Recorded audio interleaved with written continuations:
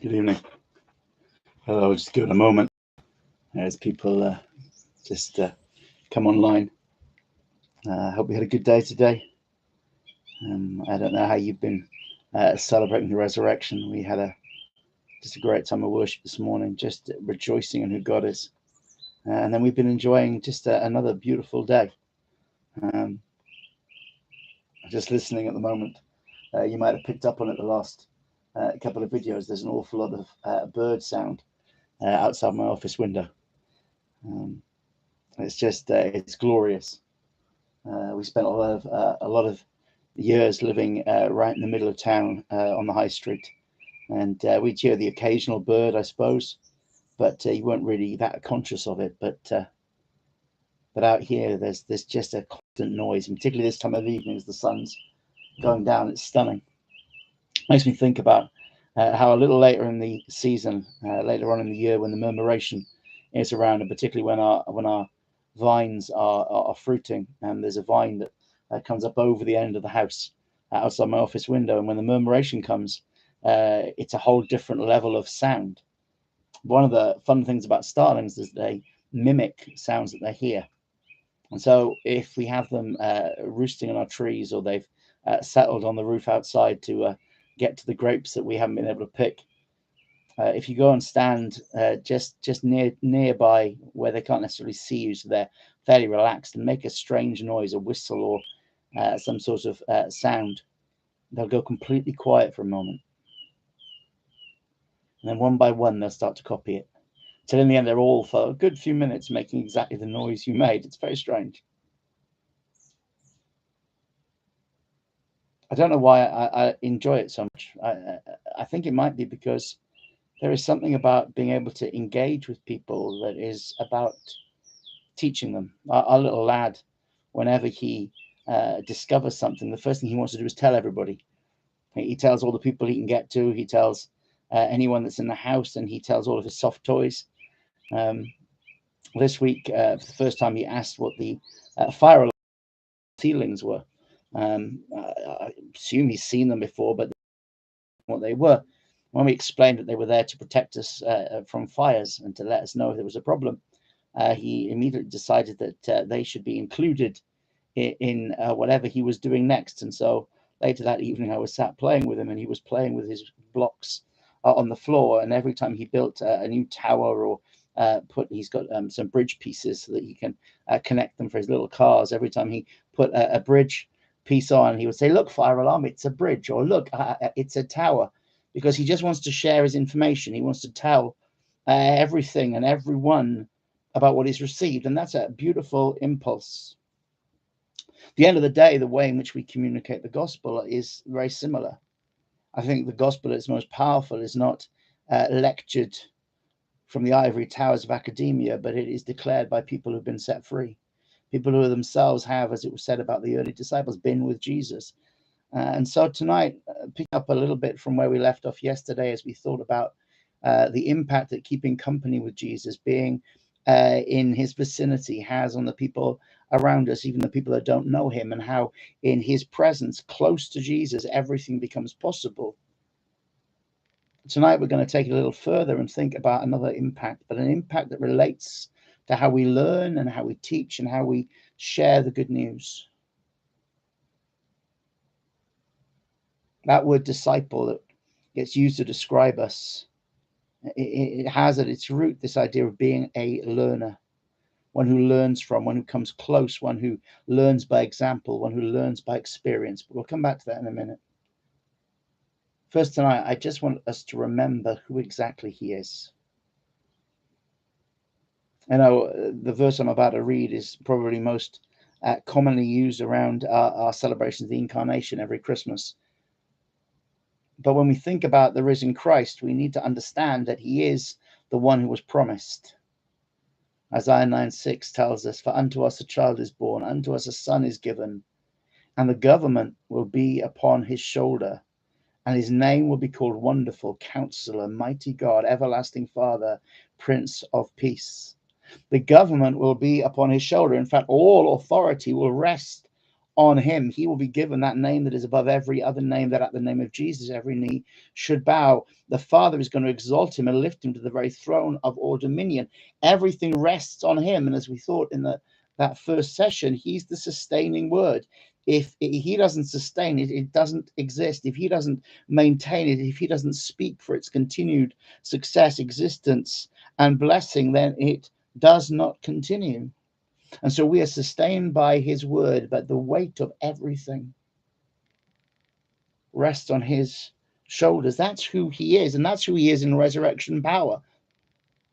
In his resurrection life, he has been exalted. The Father has raised him to that place of total dominion, so that everything is for him, for his use, for his occupation, and he sustains all things. The government of the kingdom of God, the one kingdom that remains, rests on his shoulder.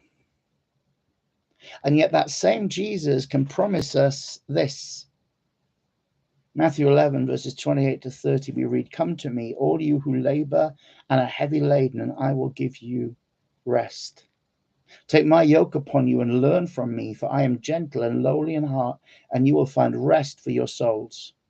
For my yoke is easy and my burden is light." You know, these last couple of weeks, one of my favorite teachers finally reached the end of her earthly pilgrimage.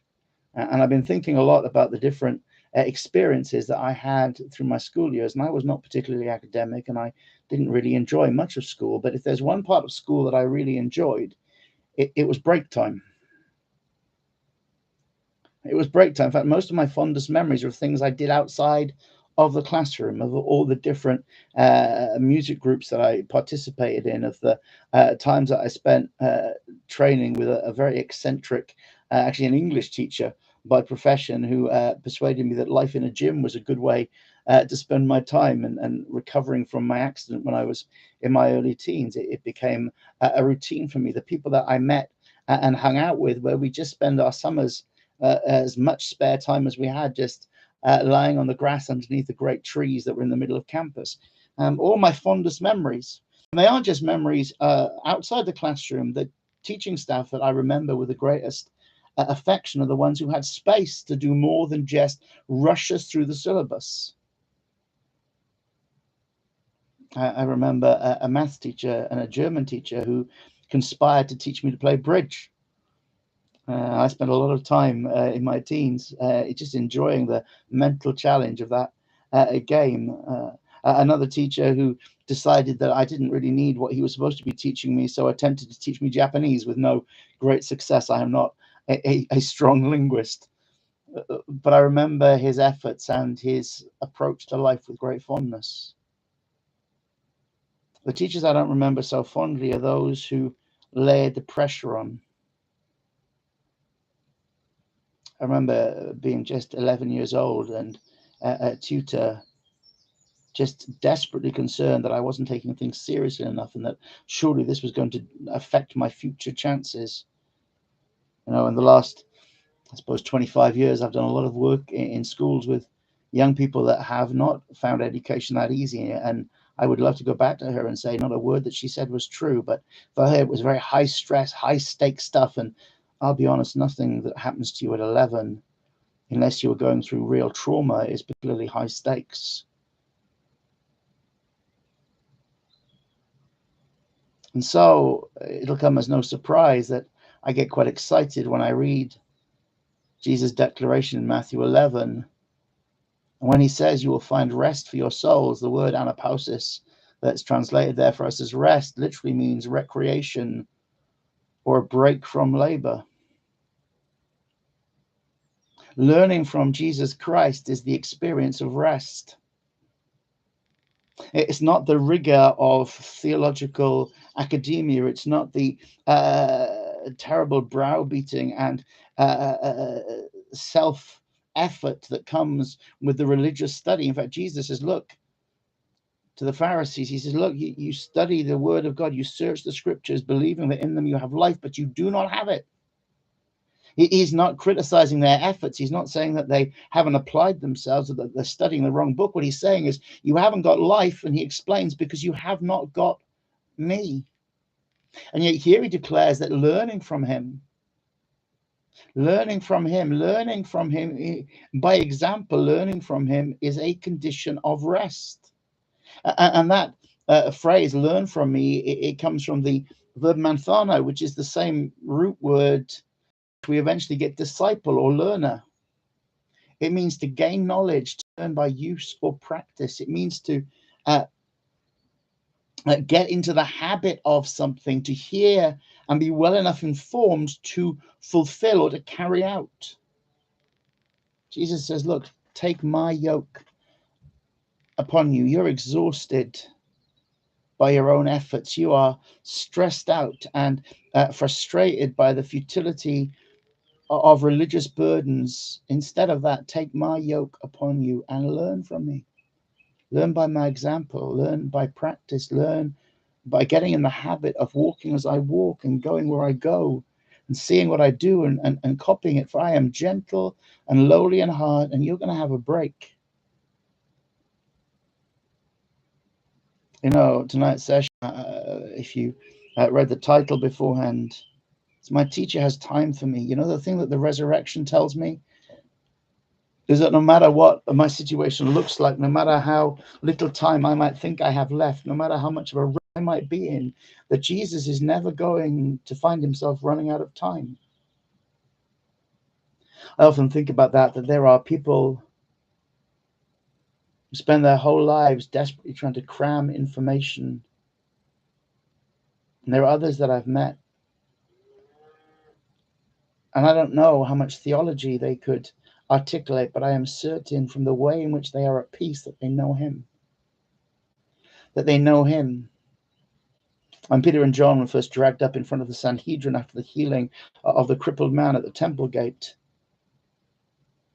there were two observations made about them. One was that they were ungrammatical idiots, that they were unlearned, that they had no real education to speak of, that they were not particularly smart, bright, or articulate. But the other one was this: they spoke with such authority, it said, surely these men have been with Jesus.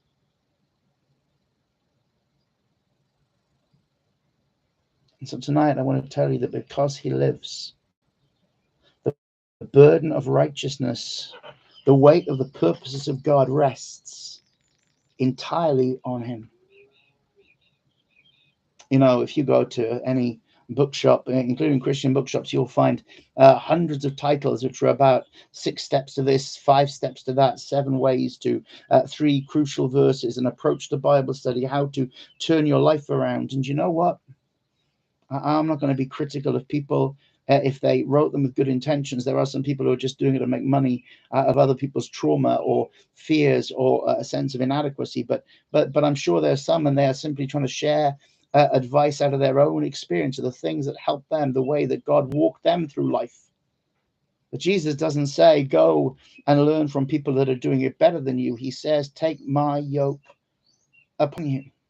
And we might think to ourselves, but the weight that rests on the shoulders of Jesus, the government is on his shoulders. All authority rests on him. He sustains all things. All existence rests on him. How can his yoke be easy and his burden light?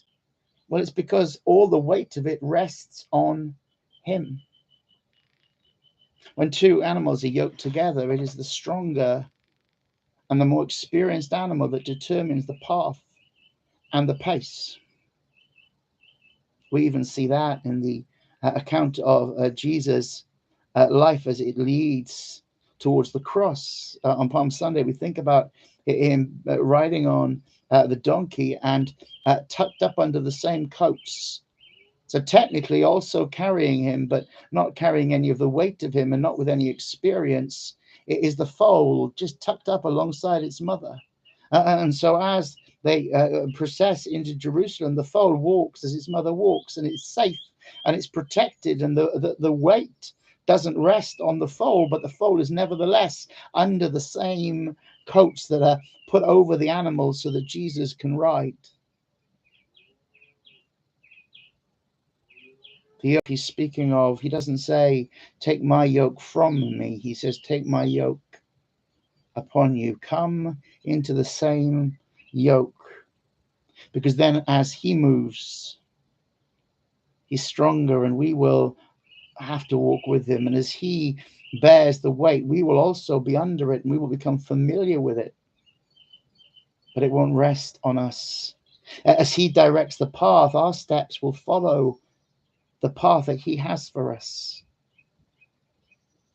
And all we need to do is just tuck ourselves up against him to say, okay, Jesus, I want to be so close to you that yoke can rest on me too.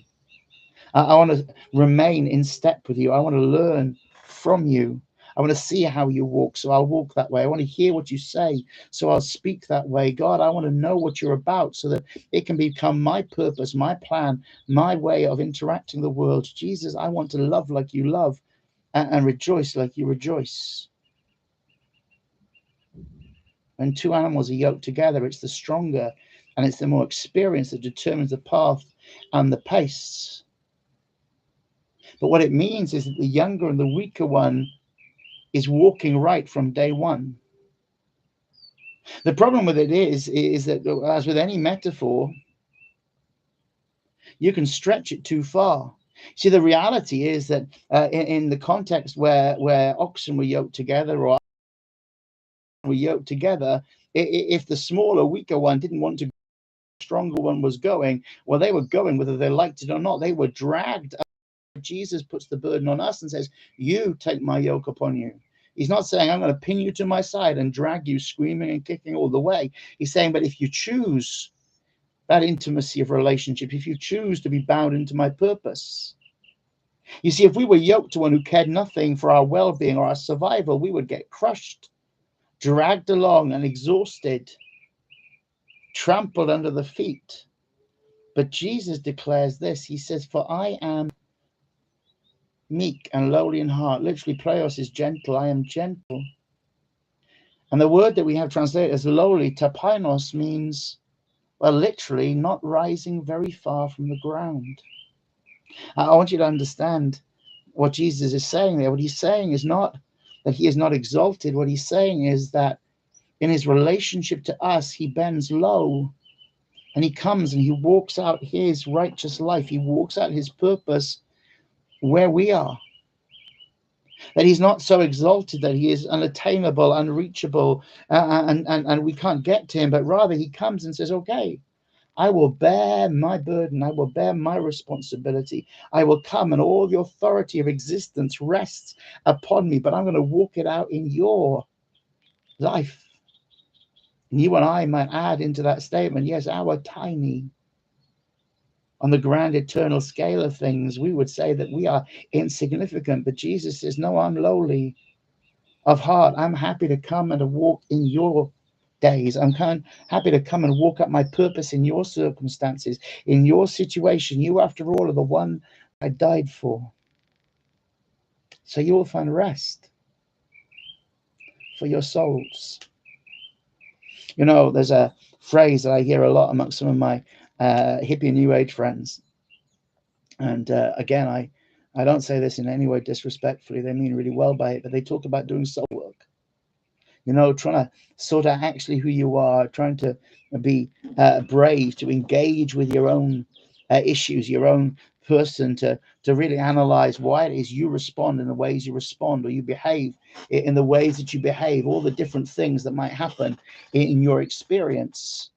Jesus says, look, you can't do the soul work.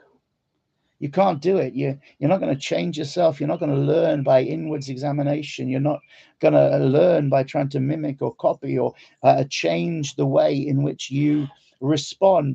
But you can find rest for your souls, rest from the labor of your soul, trying to make its own way, of, as Paul describes it, knowing the good that you should do, but being incapable of doing it. He says, look, be yoked to me. And I'll come right into your situation. I'll come down to the place where you can step under the yoke and it will fit you and it will be comfortable and you won't be dragged or trampled because I'm gentle. And I'm going to walk the earth with you. I'm going to go at a pace that you can cope with. You see the compassion and the mercy of Jesus. The Bible says that he knows our frames, that we are dust. Speaks to the Father, saying he spares us as he spares the Son that he loves. Because of the cross, because of the resurrection, I have Jesus, who is the resurrection and the life, available in my situation, in my circumstances. And his intention is that we should find rest for our souls. Bless the Lord, the striving of religion is over. Our learning is not the cause of our righteousness, but it is the consequence of his. See, I can't teach myself to be better. It doesn't matter how much I try. You see, you could talk to anybody in the world and they know the things that are destructive in their own thinking, their own behavior, their own pattern. They know the things that should be avoided. Nevertheless, they fail comprehensively to avoid them. So Jesus says, take my yoke and learn from me, because he's going to walk righteous in your circumstances. He's going to respond to your situation according to his mighty power and his wisdom and his peace, and what he has to say for you and to do with you is to be your righteousness. There are lots of people that say, if you know enough, if you learn enough, if you work hard enough, you will somehow improve. Jesus says, no, come and be forever connected to the one who never ever fails or falters, the one who knows all things, and the one whose power is undefeatable and inexhaustible. And you will find rest for your soul, because you will learn as you get into the habit of his righteousness. See, the yoke that teaches us is his light and easy burden. Yet even in that place of soul rest, we can learn the pattern and practice of that resurrection life upon which all things, all authority, all dominion completely rests. You know, one of the things that for a while, I hear it less these days, but for a long time, particularly I guess in the noughties, one of the things I used to hear a lot is talking about learning how to live with authority, to take authority, to practice authority, to transform things by your own presence. And you know what? I don't believe a word of it is biblical. Because I believe that we operate in full authority when we are surrendered to the yoke of Christ. And we allow him to live in us. See, isn't that what Paul teaches us when he says the life that we live? It's not us that lives, but it's Christ who lives in us. And this life that we live, it is by the commitment of the Son of God, who loved us and gave himself for us, not only in sacrifice at the cross, but in resurrection power. He gives himself to us.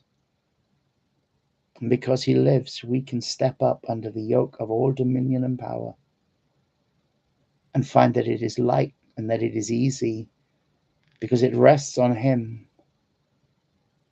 And as we're yoked to him from the day one, from the first moment,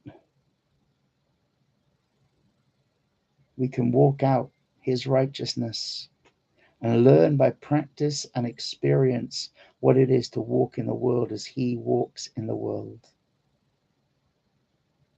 Now tonight I want to tell you that your teacher is patient, that he's merciful, that he loves to pick you up and to hold you and to comfort you, that he delights to answer the questions of those who ask them with sincerity and just want his answers, that he has time. The power of an endless life, if nothing else, is that he has more than enough time to accomplish all the things that he purposes for you, with you, in you, on your behalf, and to be outcomes, the fruit of your own walk.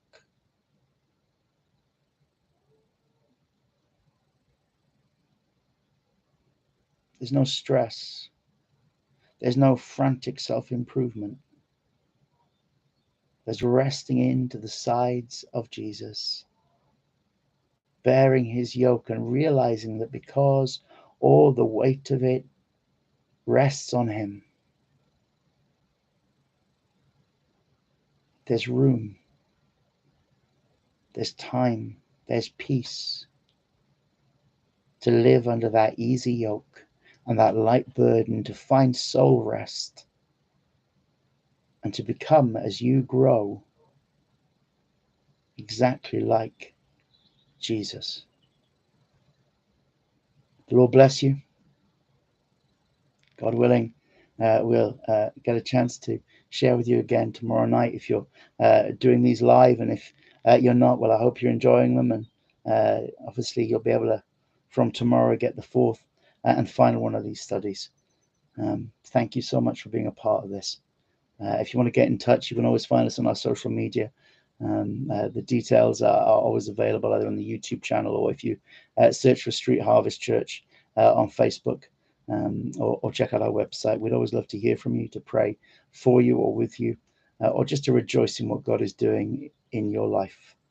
It's Resurrection Sunday, and we have hope. We are confident because He is definitely alive, and we know it because He walks with us every step of the way. God bless. We'll see you tomorrow evening.